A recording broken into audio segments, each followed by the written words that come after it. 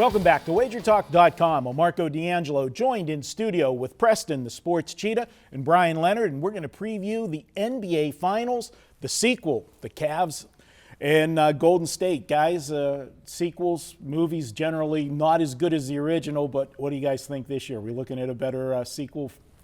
Yeah, I think it'll be better. I mean, the Warriors are a better team. The Cavs are at least healthy, but probably a better team than last year as well.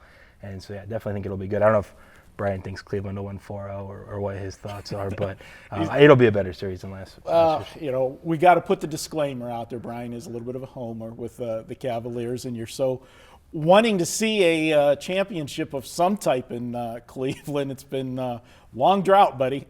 It has, and I think things are looking up for Cleveland because I'm not going to the games this year. I did it last year. They lost. I've been there for the drive. I've been there for the shot. I've been there for the baseball games. They lost in the World Series. So I'm just a jinx. So this is the year I think Cleveland's going to win. You know, I've been hanging around with you a while, and I'm starting to believe you are jinx. They have slump busters. You're the slump starter. But you go back to last year, guys, and the Cavs obviously looked like we were going to have a series at the beginning, you know, even though they weren't at full strength, but then the depth of the Warriors and the lack of depth, obviously, you know, of Cleveland. And you saw LeBron at the end of that series, he looked like a tired, you know, he was wore out. I mean, he had to do everything on both ends of the floor, and that's just too much to ask of any player, even if you are, you know, one of the greatest players of all time. Moving forward to this year, the Warriors, you know, just a week ago, we weren't even sure they were going to make it. Down 3-1 and, you know, having to go, you know, back to game 6 in Oklahoma City really didn't look like we were going to be seeing the Warriors here. But, you know, do you attest it more to their, you know, great play or a choke job by Oklahoma City? Oh, the Warriors earned it, I think. I don't think Oklahoma City really choked. They didn't play very well in the fourth quarter of that game 6, and Westbrook turned it over a bunch. When you look at the 48 minutes, Thunder played really well. In both games, they really outplayed the Warriors, except for the shot that happens behind the three-point line. Right. In that regard, I think Golden State was like plus 75 in the 2 games. In Game 6, Klay Thompson, I think personally it was the greatest performance behind the three-point line in the history of the sport. 11 threes, not only was it a playoff record, it was one short of the all-time record, but the 12 made were in regular season games. This was like a must-win on the road, maybe a chance of winning another title, and he just hit 11 threes and kept them in it, and then Steph hit, you know, 2 in the fourth and finally kind of woke up because he had been playing so poorly.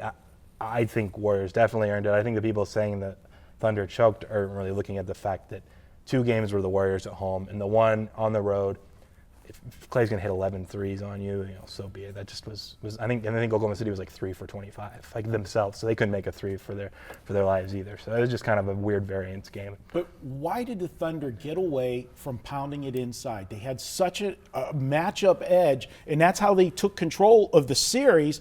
And then they're shooting all of the threes. I'm screaming at the TV every time they're hoisting threes. Why they didn't work it inside? If you watched Oklahoma City, they've done the same thing all year long. They've got too many individual talents on that team that are trying to take over the game. And Cleveland at times has done that. LeBron has taken many bad shots earlier this season. Now they're starting to play a little bit better. But yeah, Oklahoma City was doing what they wanted to do. Then all of a sudden somebody decides, I want to take over. And that's what hurts them. And it's hurt them all season long. The 2 points real quick to answer that question directly, if I wanted to just interject, which I do. 2 things. You wouldn't have stopped us. Well, that's why we have you here. The turnovers, Golden State cut back on them. It limited the Thunder just getting out in transition, either getting dunks, fouled, or getting wide open transition threes, which are going to go down way more often than half-court set threes. The other thing was that the Warriors actually missed a ton of layups, especially in games 3 and 4 inside the paint, and missed layups just turn into transition points for a guy like Russell Westbrook anyways, or Kevin Durant.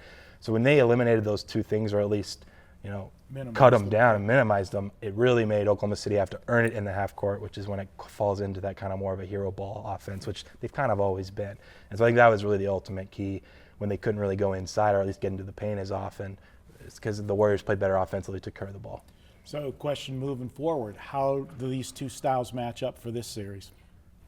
Go for it. Well, actually, I was torn because I'm watching Oklahoma City. I know the Cavs beat them twice this year. But I thought the way Oklahoma City was playing, if they were playing team ball, I thought it was a tough matchup for Cleveland because they were so big. They've got a lot of good bigs on that team, and that would put Cleveland at a disadvantage. I think they actually match up a little bit better with Golden State. You know, Cleveland built this team to take on Golden State. After last year, they made some ads on this team and switched over to a more fast-paced team to be able to play that same type of ball as Golden State did. Now, originally when they said they were going to do that, I thought that was bad because you don't want to play the same type of ball as the team that's the best in the league at doing it. We used to talk about that with Baylor in college football when the teams would be the running. Speed it up. Well, that's what they want. But in watching Cleveland overall, I think they match up a lot better. And I think they're pretty confident going into this series. And you like the revenge angle, too. I mean, the motivation to play. How many times do you get to truly have a mulligan in life, get back to the same spot? What's intriguing to me is that Kyrie, he played, was it game 2 that he got injured? Yep. I'm not positive. He played a game and a half or a little bit more than that. Kevin Love didn't play at all. These guys really haven't been on the stage before. A lot of times you typically see they kind of need to lose it once, and everyone says, oh, well, the Cavs lost last year, revenge factor.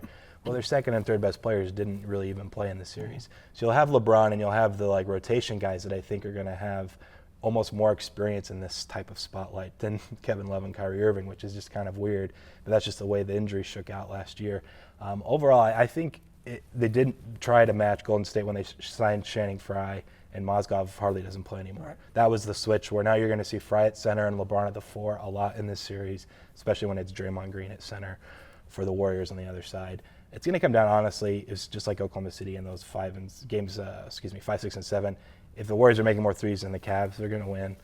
If the Cavs shoot like they did against Atlanta and set records from the three-point line, they'll win the series. I mean, the Sixers could have won, could win a series against Golden State if they're shooting 60% from 3 on like 40 attempts a game or whatever it was. So I think it'll come down to the three-point line, and home court's probably a little bit of an edge for Golden State. I think it's priced right as far as the series goes. It's tough to really pick against the spread or against the price of the series.